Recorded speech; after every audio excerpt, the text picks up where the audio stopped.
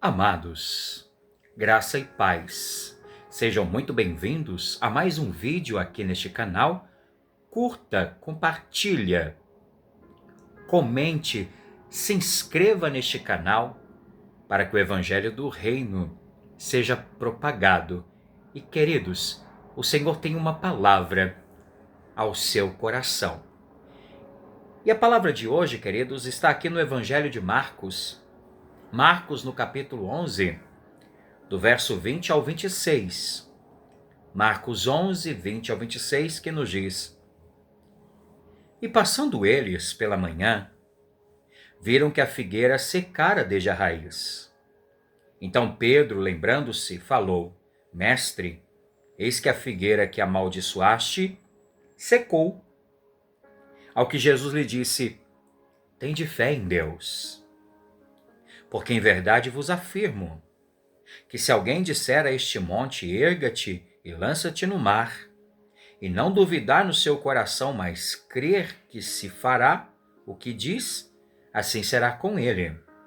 Por isso vos digo que tudo quanto em oração pedirdes, crede que recebestes, e será assim convosco.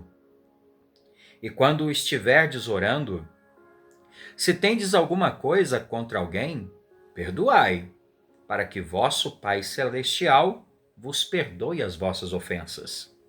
Mas se não perdoardes, também vosso Pai Celestial não vos perdoará as vossas ofensas. Por isso vos digo que tudo quanto em oração pedirdes, crede que recebestes, e será assim convosco. E quando estiverdes orando, se tendes alguma coisa contra alguém, perdoai, para que o vosso Pai Celestial vos perdoe as vossas ofensas. Mas se não perdoardes, também vosso Pai Celestial não vos perdoará as vossas ofensas. Amados, eu quero tratar sobre o tema perdoai para serdes perdoados. Perdoai para serdes perdoados. E queridos, o teor do que lemos agora é muito sério, queridos. E perceba, o texto nos apresenta uma sequência única em que Jesus une fé, oração e perdão dentro de uma mesma vida espiritual coerente. E amados, não são temas separados, mas são expressões de um coração que vive diante de Deus de forma íntegra. E amados, após a figueira seca, Jesus não conduz os discípulos à admiração do milagre em si, mas à raiz espiritual dos acontecimentos. E ele nos diz aqui no verso 22, tende fé em Deus. Amados, a figueira que secou não é apenas um sinal do juízo, mas também é uma lição visível de que a aparência sem fruto não subsiste diante da santidade divina. E queridos, assim também a fé não é mero discurso religioso, mas a fé é uma confiança viva e dependente em Deus que produz um fruto real. A palavra de Cristo agora, que ele diz sobre o monte lançado no mar, não deve ser entendida como uma autorização para desejos arbitrários, mas sim, queridos, como uma expressão da eficácia da fé que está alinhada à vontade de Deus.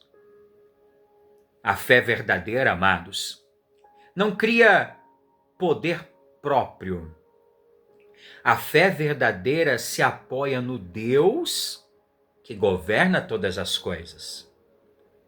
Por isso, amados, a oração mencionada aqui por Cristo em seguida não é técnica de obtenção, mas é uma comunhão reverente. Ou seja, pedir crendo não no sentimento, mas pedir crendo na fidelidade daquele que promete. No entanto, amados, o ponto decisivo do texto surge quando Jesus vai introduzir o perdão. Ou seja, queridos, a oração não pode ser separada de um coração reconciliado. A fé que se volta a Deus com confiança deve, ao mesmo tempo, se expressar em reconciliação com o próximo. E, amados, a ausência do perdão revela uma incoerência espiritual. Por quê, queridos? Porque quem deseja misericórdia diante de Deus não pode nutrir dureza contra o irmão.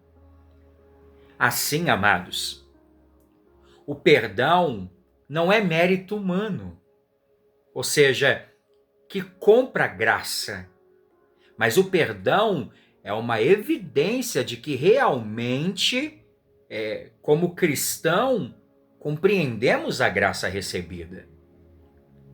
E perceba que a advertência final aqui é solene. Reter o perdão é sempre sinal de um coração que não ainda está rendido à lógica do reino. Queridos, não porque o perdão humano seja a causa automática do perdão divino, não é isso. Mas porque um coração impenitente demonstra não ter sido verdadeiramente alcançado pela graça de Deus, por sua misericórdia. Cristo, amados, portanto, se revela aqui como aquele que exige uma fé viva, uma oração sincera e também um coração reconciliado, porque Cristo é a fonte de tudo isso. Na cruz, amados, Cristo não apenas ensinou o perdão, mas Cristo realizou. Cristo reconciliou inimigos com Deus e assim quebrou aquela barreira de inimizade. E, amados, quem vive de fato dessa graça não pode retê-la do próximo. E assim, amados, em primeiro lugar, a fé que ora precisa ser a mesma fé que obedece. Ou seja, queridos, não existe vida espiritual dividida. A confiança em Deus, queridos, se prova tanto na oração, quanto também na forma como lidamos com as situações concretas da vida. Por quê, queridos? Porque fé sem fruto é apenas uma aparência religiosa. E em segundo lugar, o perdão cristão não é opcional na vida daquele que foi alcançado pela graça. Porque guardar ofensa, amados, na prática, é negar a própria compreensão do Evangelho. O coração que recebeu graça e misericórdia é chamado a refletir essa mesma misericórdia em direção aos outros, mesmo quando isso custa orgulho e justiça própria. E em terceiro e último lugar, queridos, para finalizar, a comunhão com Deus é bloqueada por um coração fechado ao próximo.